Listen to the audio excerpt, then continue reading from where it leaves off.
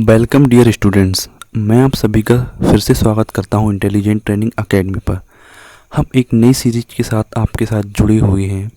इसमें हम देखेंगे 10th का जो मैथ होता है, 10th का मैथ, 10th के मैथ का फर्स्ट चैप्टर जिसका नाम है रियल नंबर्स। ठीक है, रियल नंबर्स।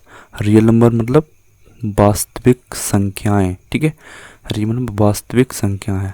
हम इनके बारे में पूरी डिटेल्ड नॉलेज लेंगे। ठीक है, आपके जो सिलेबस में है उससे संबंधित जो भी एग्ज़ाम में क्वेश्चन आते हैं हम वो भी देखेंगे और सारी की सारी एनसीईआरटी हम सॉल्व करेंगे। ठीक है, हम इसमें पहला चैप्टर देख रहे हैं, उसमें ये टॉपिक कौन कौन से कवर्ड होंगे ये देख रहे हैं हम।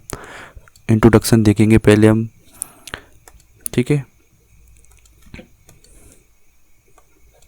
यूक्लिड्स की डिवीज़न लेमा देखेंगे, the fundamental theorem of arithmetic. ये हमारा जो सेशन है ये हिंदी और इंग्लिश दोनों में होने वाला है। ठीक है, नेक्स्ट आगे की ओर बढ़ते हैं। ये पहले तो हम ये देख लेते कि इस चैप्टर में है क्या क्या। ठीक है, जैसे इंट्रोडक्शन है पहला तो यूक्लिड्स डिवीजन लेमा मतलब यूक्लिड विभाजन प्रमेय का, मतलब ये एक थ्योरम दी हुई है, इसमें अंकगणित की आधारभूत प्रमेय दी हुई है, मतलब बहुत ही ईजी है।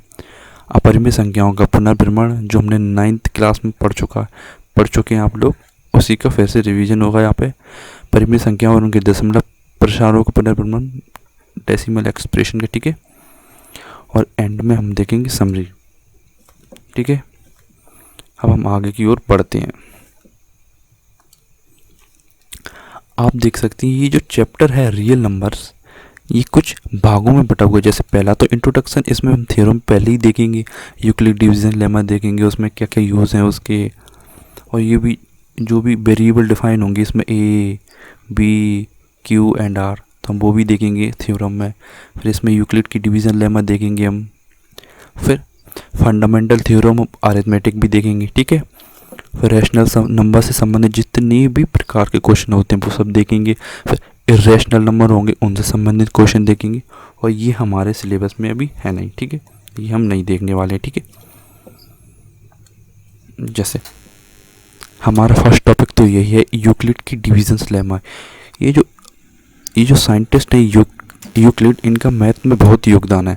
जैसे कि आप देख सकते हो, आप जो एलजेब्रा पढ़ते हो, एलजेब्रा ये इन्हीं की बुक से लिया गया है। ठीक है, कहीं अलग से नहीं आया, ये इन्हीं ने दिया है यूक्लिड्स की डिवीजन लेमा, लेकिन बहुत से लोग इनका नाम ही नहीं जानते अभी तक। ठीक है, जैसे पहली प्रमेय हम देखते हैं, थ्योरम 1.1। ठीक है, यह है यूक्लिड की डिवीज़न लेमा, इसके इंग्लिश में बोलते हैं यूक्लिड्स डिवीज़न लेमा।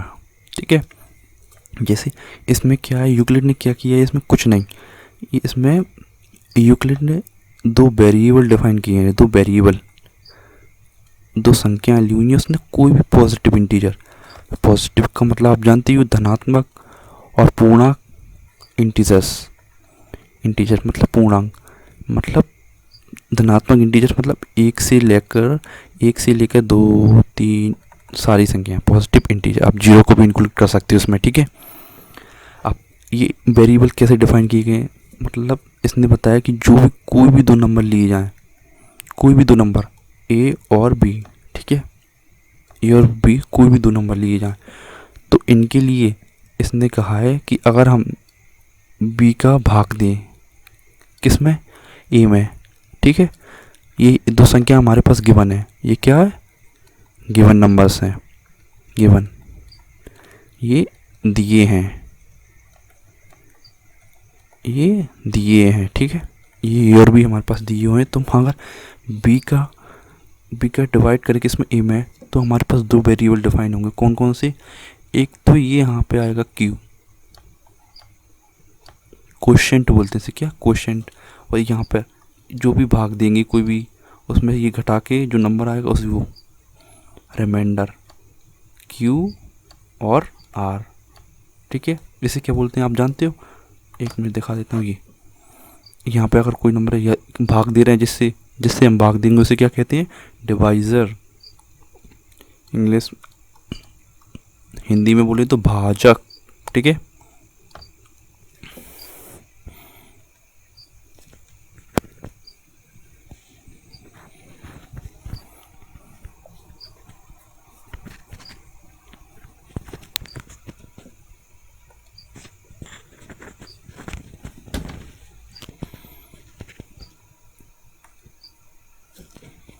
भाजक, ठीक है। रिमाइंडर, रिमाइंडर मतलब जो बचता है एंड में, उसे क्या बोलते हैं, रिमाइंडर। हिंदी में क्या बोलते हैं इसे, शेषफल, ठीक है। और इसे क्या बोलते हैं, क्वेश्चन, क्वेश्चन इसे इंग्लिश में क्वेश्चन बोलते हैं, और हिंदी में क्या बोलते हैं, हिंदी में इसे कहते हैं भागफल, ठीक है, भागफल। और डिविडेंड मतलब हिंदी में इसे बोलते हैं भाज्य। आप लोग ये सब नोट डाउन कर सकते हैं। यहाँ पर क्या आप देख सकते हो, जैसे हमने क्या किया, इसमें बी का भाग दिया था किसमें, ए में, और क्यू आया था, और रिमाइंडर कितना बचा था, आर। तो यहाँ से आप क्या ये नहीं देख सकते कि ये भाज्य है, ये ए इज इक्वल टू क्या होगा, A is equal to B into Q, B into Q plus remainder plus R. ये हमारा फॉर्मूला जनरेट हुआ है। बस यही बात यूक्लिड विभाजन प्रमेय कहती है कि 2 नंबर के लिए 2 वेरिएबल अपने ए और बी दिया होगा तो हम क्यू और आर अपने आप फाइंड हो जाएंगे अपने पास, ठीक है। क्यू और आर अपने आप आ जाएंगे। जैसे आप देख सकते हो, जैसे अगर मान लो मैं 5 का भाग दूँ 26 में, कितनी बार जाएगा, ठीक है, कितनी बार जाएगा, 5 बार। 5 हम 25 आ गया, ठीक है। माइनस किए 26, 25 का कितना बचा, 1। तो आप लिख सकती हो कि ये क्या है अपना ए इज इक्वल टू या 26 बराबर कितना, क्यू, और ये बी इंटू क्यू कितना होगा, 5 25 प्लस 1, ये आ गया 25, ये कितना होगा 25 और 26। तो ये हमारी थ्योरम हो जाती प्रूफ, ठीक है। अब आप देख सकते हो कि ये जो आर है, जो हमारा रिमाइंडर बचता है, इसके लिए भी यूक्लिड ने कंडीशन लगाई हुई है, क्या, कि जो रिमाइंडर है, ये जो रिमाइंडर होता है, पहली बात तो ये 0 हो सकता है, 0 हो सकता है, क्योंकि अगर यहाँ पर 25 ही होता तो कितना रिमाइंडर बचता, 0 बचता। तो ये 0 हो सकता है और 0 से बड़ा होगा, रिमाइंडर 0 से बड़ा होगा और बी से छोटा होगा, बी।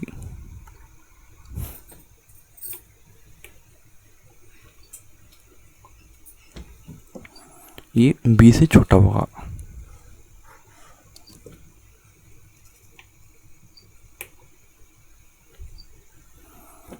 बी मतलब इसमें बी क्या दिया है, ये डिवाइजर, भाजक, ठीक है, भाजक से छोटा होगा।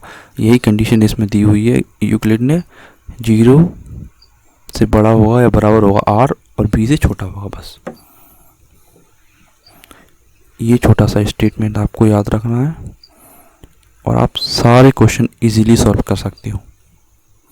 A is equal to B Q plus R, R is greater और इक्वल टू 0 और लेस देन बी, ठीक है। बस ये छोटी सी स्टेटमेंट आपको याद रखनी है, ठीक है। आप याद रख सकते हो। अब हम आगे की ओर बढ़ते हैं, ठीक है। ये हो गया।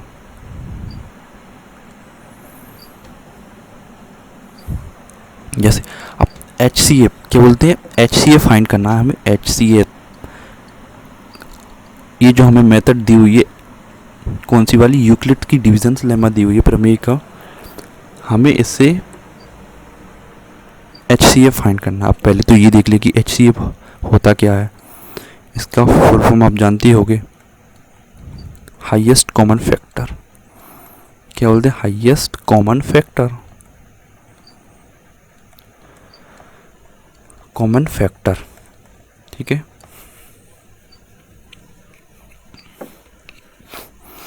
जैसे कोई भी संख्या दी हुई है 5 और 15, 5 और 15। अब ऐसी कौन सी बड़ी से बड़ी संख्या, हाईएस्ट मतलब सबसे बड़ी से बड़ी संख्या जो इन दोनों को डिवाइड कर दे, कौन सी होगी आप बताओ। सबसे बड़ी संख्या क्या होगी, 5। बड़ी से बड़ी संख्या क्या होगी, 5, जो 5 को भी डिवाइड करेगी 15 को। हमने स्मॉलेस्ट क्यों नहीं बोला, क्योंकि स्मॉलेस्ट तो एक भी थी, एक भी काट सकते, लेकिन हमें हाईएस्ट चाहिए, ठीक है। ये 5, ये तो छोटी संख्या थी तो हमने देख के बता दिया। लेकिन जब हमारे पास बड़ी बड़ी संख्या आएंगी, जैसे 725, 1550, तो ऐसी संख्याओं को देख के हम इनका HCF फाइंड नहीं कर सकते। तो इसके लिए ही किसने, यूक्लिड ने हमें प्रमेय दी हुई है, यूक्लिड्स डिवीजन लेमा, हम इसी का प्रयोग करेंगे। ठीक है,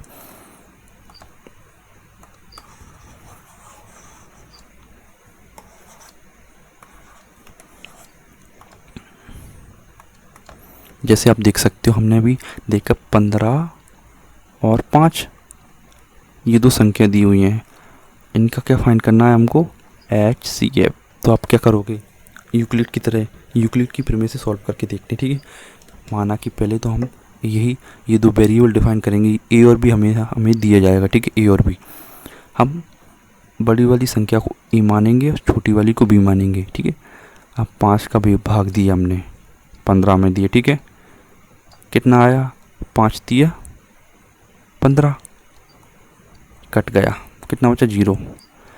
अगर रिमाइंडर 0 आया, क्या बोलते हैं इसमें लिखा है, यदि रिमाइंडर 0 आया तो जो डी है, ये जो डी है मतलब डी है, डी मतलब इसमें डी एक वेरिएबल डिफाइन किया गया है, ये डी मतलब बी ही मानोगे आप इसे, ये तो हमारा आंसर क्या होगा 5। ठीक है, ये पहली वाली है। अगर सेकंड स्टेप,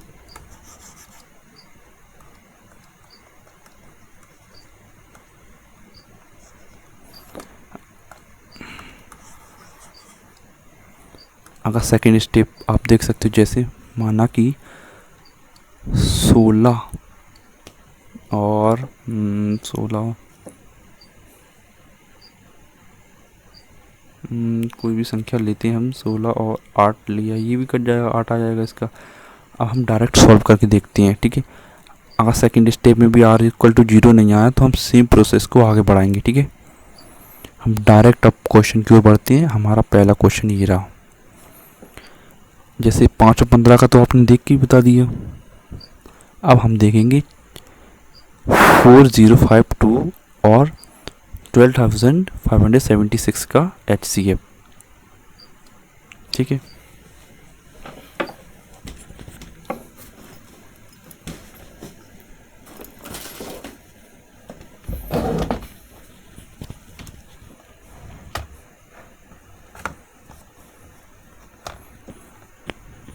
अब गिवन दिया हुआ है हमें, क्या गिवन 4052 और 12,576, ये दो नंबर हमें दिए हुए हैं।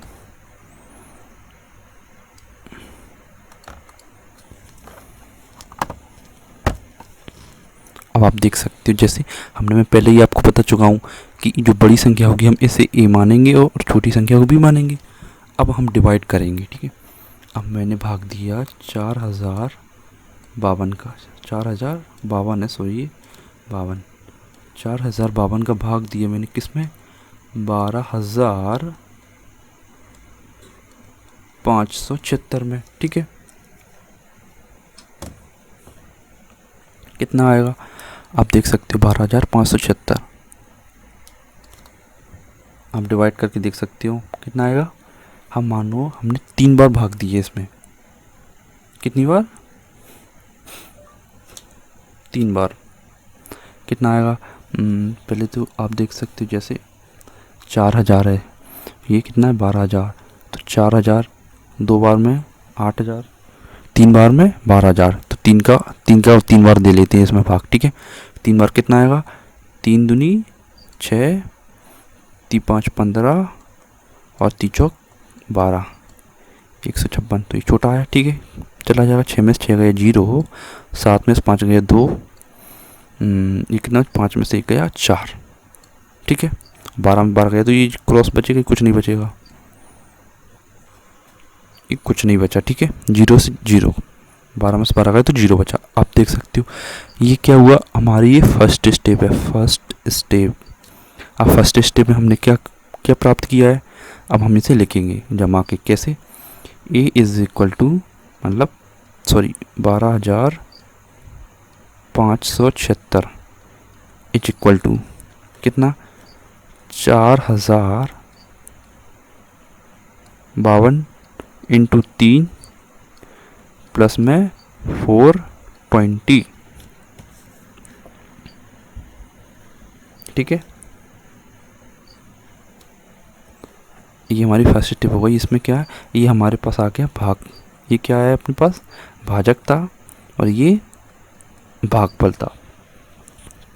अब सेकंड, अब क्या लिखेंगे हम यहाँ पर, चूंकि remainder is not equal to zero, जो हमारा रिमाइंडर है, ये जो भागफल, ये जीरो नहीं आया, तो हम ये 420 का भाग, समझो इस बात को, ये 420 का भाग हम किस में देंगे दोबारा, 4052 में। ठीक है, शेष फल का भाग किस में देना है हर बार, भाजक में, रिमाइंडर का भाग किस में देना है, डिवाइजर में। ठीक है, सेकंड स्टेप,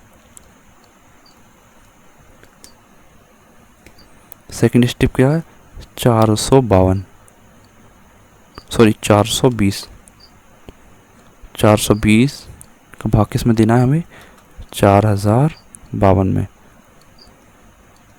अब 4200 हो जाएगा, 10 बार में लिखेंगे तो 4200, हम 9 बार में देखते हैं इसे। ठीक है,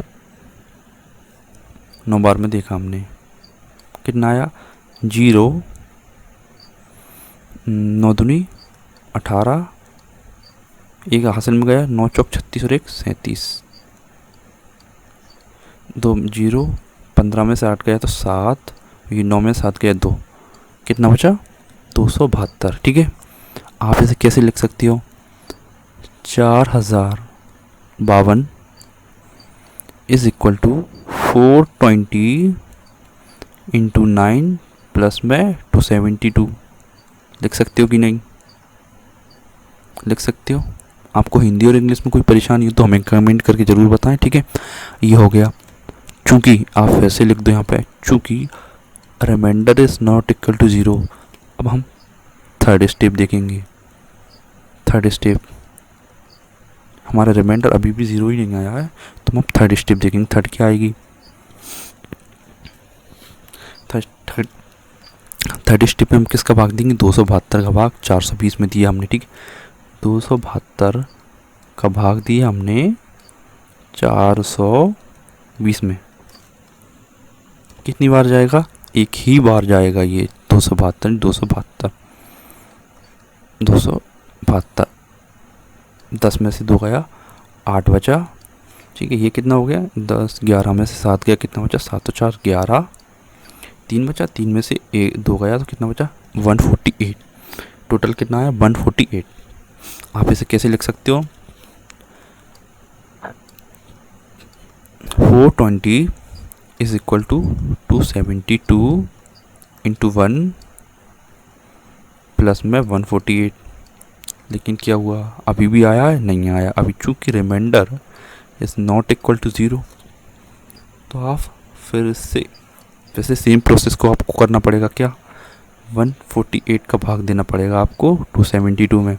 आइए, 148 272, ये कितनी बार जाएगा, ये भी एक ही बार जाएगा अपना 148। 12 में से 8 गया 4, ये कितना बचा, 6 में से 4 गया 2, 2 में से गया 1, कुछ नहीं है। ये फिर से आप इसे लिख सकते हो क्या, 272 is equal to 148 into 1 plus में 124, ये आ गया। चूँकि फिर से लिखा हमने, चूँकि since r is not equal to zero. ठीक है, मैं यहाँ पर स्पेस नहीं है तो मैं ऐसा करता हूँ, यहाँ पर लिख देता हूँ,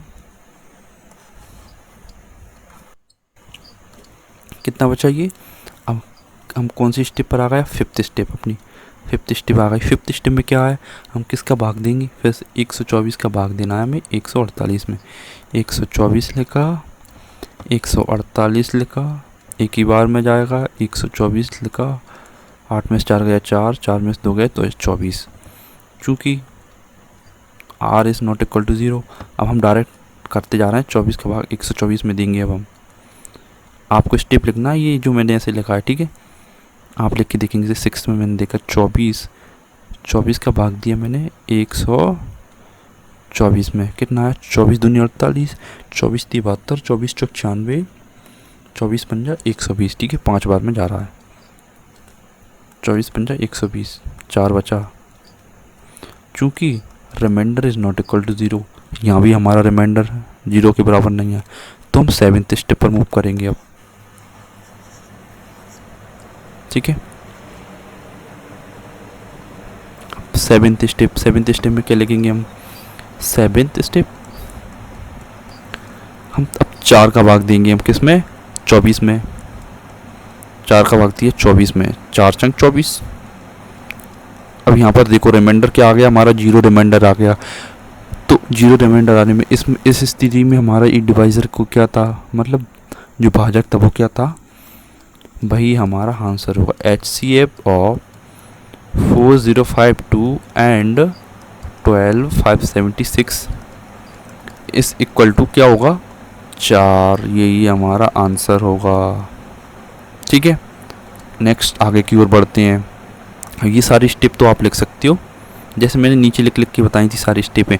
124 इक्वल टू 24 इंटू 5 प्लस 4। ठीक है, ये आपको लिख के आना है एग्ज़ाम में। ठीक है, अब आप जल्दी जल्दी से इन सब का फाइंड कर लीजिए, अब जल्दी जल्दी से। ठीक है, जैसे मैं आपको ये करके बताता हूँ और आपको ये दोनों करके देखना। अगर आपको नहीं आता तो आप कमेंट बॉक्स में मैसेज कमेंट कीजिए हमें, मैं इनका सॉल्यूशन फिर से डाल दूँगा। ठीक है, जैसे मैं इसका देखता हूँ पहले 135, इसका भाग दिया मैंने 225 में।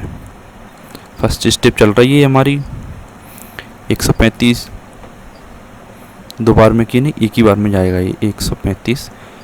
5 में से 5 गया 0, 12 में कितना आएगा? ये 9 टाइम जाएगा, 9 बार जाएगा। ठीक है, 9। अभी भी हमारा ये शेषफल 0 नहीं आया, हमारा रिमाइंडर 0 नहीं है। हमने फिर से डिवाइड किया, हमने सेकंड स्टेप की 90 का भाग दिया हमने 135 में, एक ही बार जाएगा 90, कितना बचेगा? 45। थर्ड स्टेप आया, यहाँ पे भी हमने लिख दिया since RH not equal to 0। फिर आया 45 का डिवाइड किया हमने 90 में, कितनी बार गया? 2 बार में 90, 45 दूनी 90 क्रॉस हैंस आ गया हमारा HCF फाइंड आ गया, क्योंकि रिमाइंडर इसने 0 दिया है, इससे भाग किया तो हमने रिमाइंडर 0 आया, तो ये हमारा HCF होगा। HCF of 135 and 225 is equal to 45। यही हमारा आंसर हो गया। ये आप दोनों करके देखोगे, नहीं आता तो आप कमेंट में मुझे बताओगे। ठीक है, आप देख सकते हो किसी परेड में कहते हैं an army contingent of 616 members is to march behind an army band of 32 members in a parade. ठीक है, the 2 members are to march in the same number of columns. What is the maximum numbers of column in which they can march? आप देख के बता सकते हो कि कुछ नहीं, इसमें मात्र हमें HCF पूछा गया। HCF स्तंभों की अधिकतम संख्या, हाईएस्ट नंबर HCF, समझे? 616 और 32 का मैंने आपको करना बता ही दिया। जैसे 32 का मैं निकाल के भी बता देता हूँ आपको। 32 का 616 में भाग दिया, 32 एक बार में जाएगा 32, 11 में से 2 गया 9, 11 में से 2 गए 9, कितना बचा? ये 5 में से 3 गए 2, 29। ठीक है, कितना हमने फिर से क्या लिया? 6 लिया हमने। 6 कितनी बार जाएगा ये? 320 10 बार में जाएगा नहीं, 9 बार में चला जाए। 9 बार में लिख दिया हम। 9 बार में देखा हमने, 9 दूनी 18 की 8 हासिल की, 9 30 27 और 1 28 चला गया 9 बार में। 16 में से 8 गया 8 बचा, 8 में से 8 गए 0, ये गए क्रॉस। अब 8 का भाग, अब 8 आया। सेकंड स्टेप में देखेंगे हम, 8 का भाग दिया हमने किस में? 32 में चला गया ये, तो 8 चौक 32। HCF page 8। तो हम लिख सकते हैं क्या? R required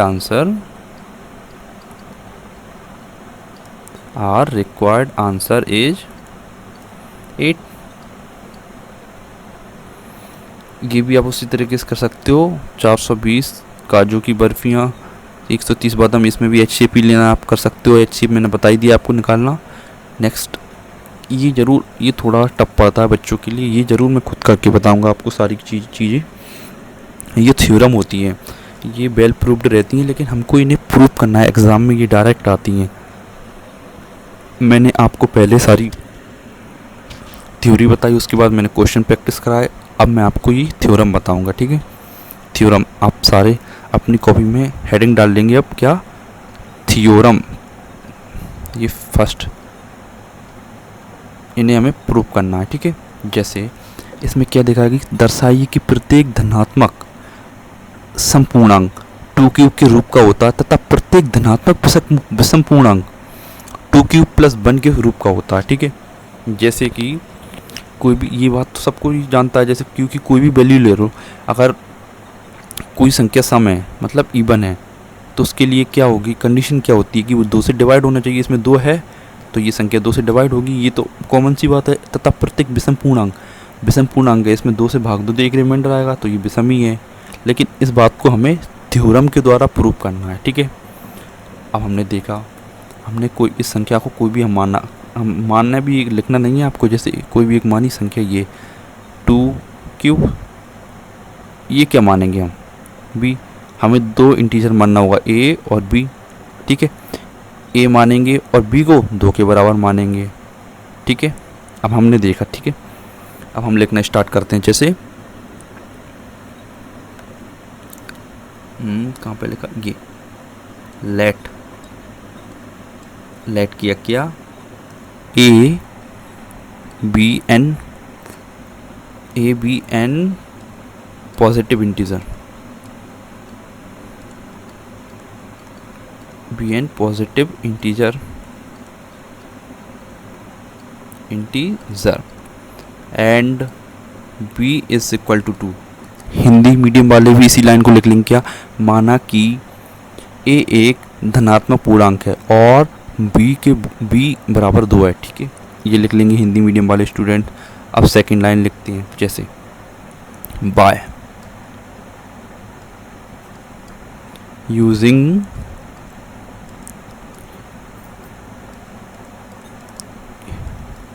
Euclid's algorithm, bye using Euclid's algorithm, Hindi medium वाले स्टूडेंट भी इसे लिख लेंगे। यूक्लिड की विभाजन प्रमेयिका से, ठीक है, क्या आएगा आप सब जानते हो, A is equal to B Q आता है, बी की जगह हमारे पास क्या है 2, क्यू मतलब क्वेश्चन भाग पर प्लस रिमाइंडर। लेकिन यहाँ पर रिमाइंडर की कंडीशन हम जानते हैं, यूक्लिड की थ्योरम लगाई तो हम रिमाइंडर के लिए भी जानते हैं क्या, रिमाइंडर हमारा 0 हो सकता है। मैंने बताया आपको 0 से बड़ा हो सकता है हमारा रिमाइंडर, और लेकिन ये बी से छोटा होगा।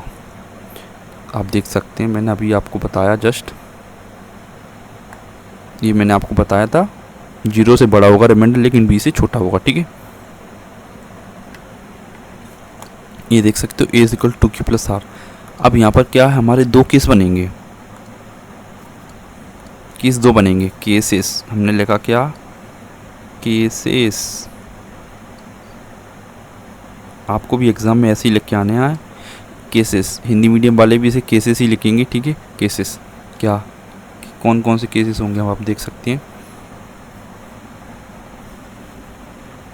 आप देख सकते हैं, पहले हमने लिखा फर्स्ट केस, आप देख सकते हो आर की वैल्यू क्या हो सकती है, यहाँ पे आर 0 के बराबर है, 0 हो सकता है, लेकिन 2 से छोटा क्या होता है 1। आर की वैल्यू 0 हो सकती है और 1 भी हो सकती है। ठीक है, पहले माना कि आर इज इक्वल टू 0, तो ए इज इक्वल टू क्या होगा, A is equal to 2q।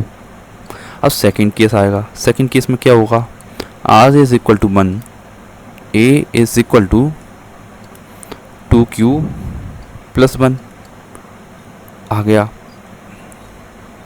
तो आप क्या कह सकते हो, यहाँ से देख के आप क्या प्रूव कर सकते हो, ये नंबर में 2 का भाग जा रहा है, 2 से डिविजिबल है, ये हाँ है कि क्यू की कोई भी वैल्यू रख लो, if Q is any positive integer that it is divisible by 12, 2 से इट इज डिवाइडेड बाय 2। ठीक है, ये it is not divided by 2। और इवन और ऑड के लिए कंडीशन क्या होती है, सम और विषम जानने की पहचान सबसे फर्स्ट कंडीशन ही क्या होती है, क्या उसमें 2 से भाग जाए तो अगर समय अगर 2 से भाग ना जाए तो वो विषम है। ठीक है, आप लिख सकते हो क्या, if a is equal to 2q then it is divisible by 2, it is divisible by 2, hence it is a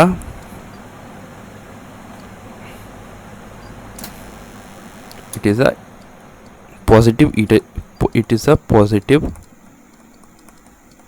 even integer. ठीक है, positive even integer. Hindi medium के स्टूडेंट भी लिख लेंगे क्या, यदि a बराबर 2q है तो a 2 से विभाजित होगा और यह एक धनात्मक पूर्णांक संख्या होगी, धनात्मक समपूर्णांक संख्या होगी। ठीक है, ये लिख दिया हमने। ये तो प्रूव कर दिया कि ये सम है, लेकिन ये भी प्रूव करना है कि ये विषम मतलब ऑड है। ये कहते हैं कि if a is equal to 2q plus 1 form then, तो it is not divisible by, it is not divisible, it is not divisible by 2, hence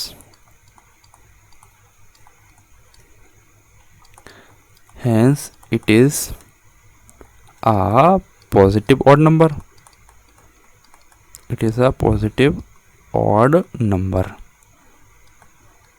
positive integer भी लिख सकते हो आप। क्या हो गया, ये हमारी थ्योरम क्या हो गई, प्रूफ।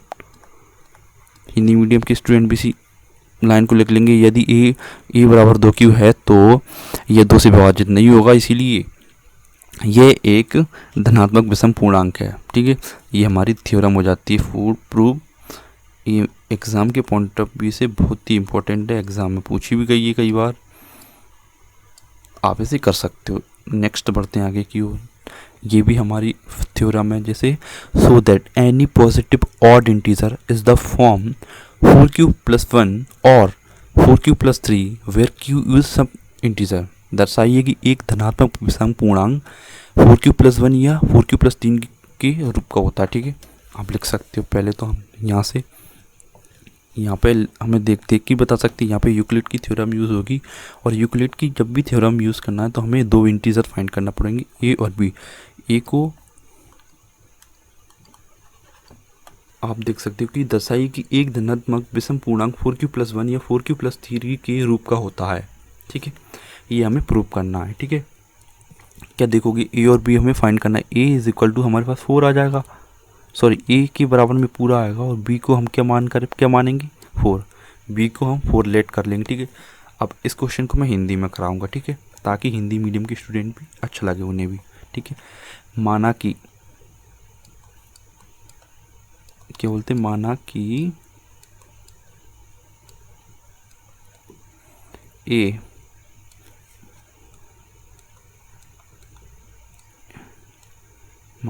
एक विषम पूर्णांक है, माना कि a एक विषम पूर्णांक है,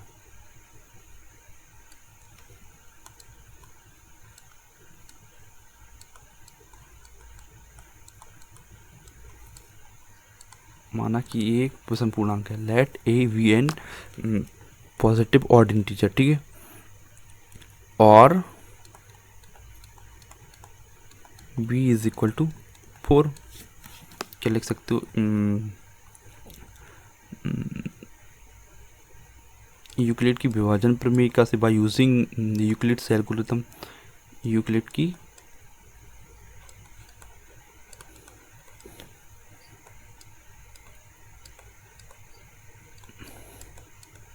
विभाजन प्रमेयिका, यूक्लिड की विभाजन प्रमेयिका से क्या होगा, a is equal to 4q plus r, where जहाँ पे क्या होगा, a 4q प्लस r के बराबर r क्या हम पहले ही डिस्कस कर सकें, 0, ये r है, ये 0 से बड़ा होगा, लेकिन ये 4 से छोटा होगा, ये 4 से छोटा होगा। ठीक है, अब आप देख सकते हो यहाँ पे केसेस बनेंगे, क्योंकि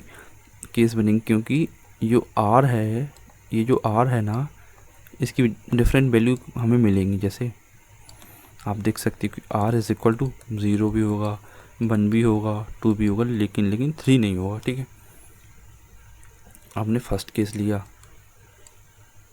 a is equal to 4q, second case लिया, a is equal to 4q plus 1। Third case लिया,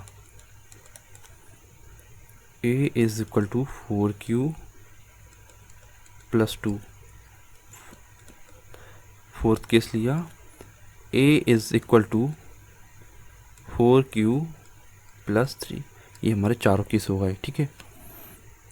इसे आप देख सकते हो, ये क्या है, 2 इंटू 2q। इसे हम क्या मान लेंगे, ये एक क्या है, कांस्टेंट वैल्यू है, क्योंकि ये हमेशा इंटीजर आएगा। तो 2 इंटू 2 के इसे मान लिया मैंने k1 मान लिया, ठीक है। ये लिया मैंने, ये लिखा मैंने 2 इंटू 2q प्लस 1 ठीक है। ये 2q को मैंने फिर से k2 मान लिया, 2 इंटू k2 प्लस 1। क्या है यहाँ पर, ये है एक पॉजिटिव इंटीजर, ठीक है। 4q प्लस 2 है। यहाँ पे मैंने क्या किया, यहाँ पर मैंने 2 कॉमन ले लिया, क्या आ गया, 2q प्लस 2। ये भी एक पॉजिटिव इंटीजर है, क्या मान लिया, ये 2k3। ये लिया, ये फिर से लिया मैंने 4q प्लस 3। तो किया मैंने 4q प्लस 3, ए 2 प्लस 1 किया मैंने, 3 को 2 प्लस 1 में ब्रेक कर दिया, इसमें से 2 कॉमन ले लिया, तो क्या बचा, 2q प्लस 1 प्लस 1। क्या लिखा, 2 क्या आएगा, 2k4 प्लस 1। ये क्योंकि एक पॉजिटिव इंटीजर, कुछ भी मान लो, k4 k3 कुछ भी मानो, k4 प्लस 1 है 2k।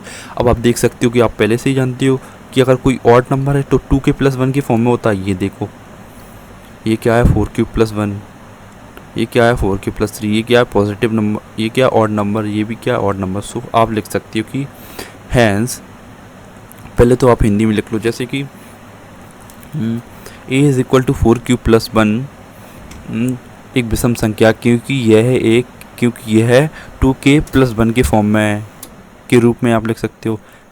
और आप ये भी लिख सकते हो कि a बराबर 4q प्लस 3,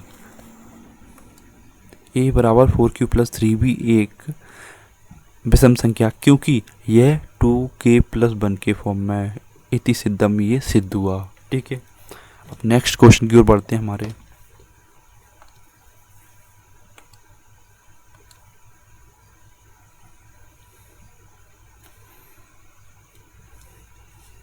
ये लिखा है, दर्शाई कि कोई भी धनात्मक विषम पूर्णांक 6q plus 1 6q plus 3 6q plus 1 के रूप का होता है। कोई भी धनात्मक विषम पूर्णांक,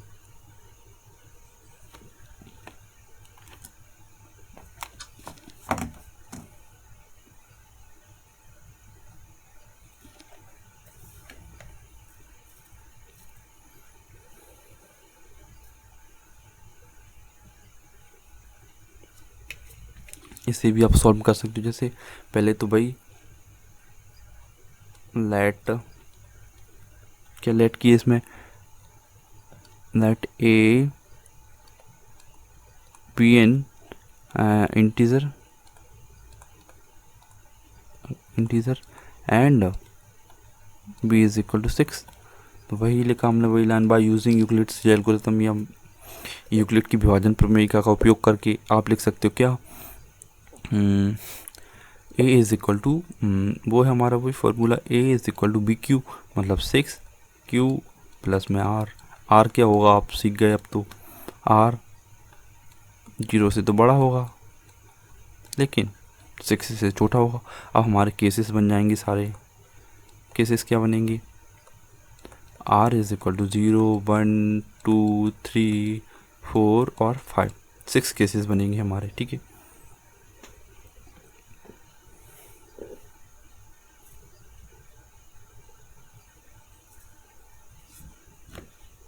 अब हम इनमें से ये वाले केसेस ले लेंगे, ये अकेले, ठीक है, क्योंकि क्वेश्चन लंबा हो जाएगा और ये आएगा कम नंबर का। तो हम इसमें से 3 केसेस ले लेते हैं। क्या, case 1 r is equal to 1, case 1 में आर इक्वल टू 1 लिया हमने, तो क्या आया, A is equal to 6q plus में 1, 2, इसे क्या लिख सकते हैं, 3Q लिख सकते हैं, +1 लिख सकते हैं। ये वही हमारा पहले वाला रूप बन गया 2K + 1 का फॉर्म। सेकेंड लिया B इज इक्वल टू क्या लिया हमने, B is equal to 6, second condition लेते हैं। Second R is equal to 3, वही लिया हमने। A is equal to 6Q plus में 3, इसे कैसे लिखेंगे आप, 6Q प्लस में 2 लिखा, +1 कर दिया, 2 कॉमन ले लिया, 2Q + 1 क्या आ जाएगा, ये 2K2 + 1, 2K2 + 1 के फॉर्म आ गया। थर्ड कंडीशन ली, थर्ड कंडीशन क्या है हमारी, R इज इक्वल टू 5, ये देख सकते हो आप 5 लिया R की, R इज इक्वल टू 5, क्या बनेगा, A is equal to 6Q plus में 5, ये हमने लिया तो 6Q + 4 + 1, इसे कैसे लिखेंगे हम, 2 कॉमन ले लिया तो 3Q,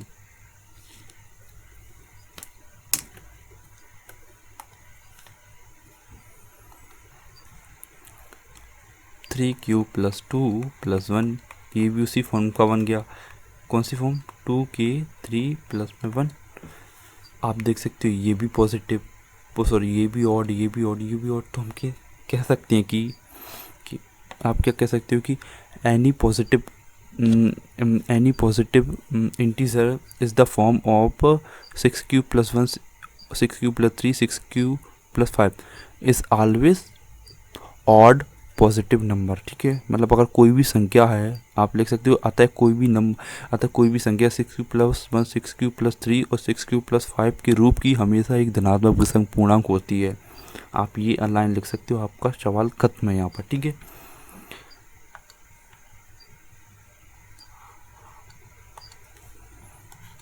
थैंक्स आप सभी का वीडियो देखने के लिए।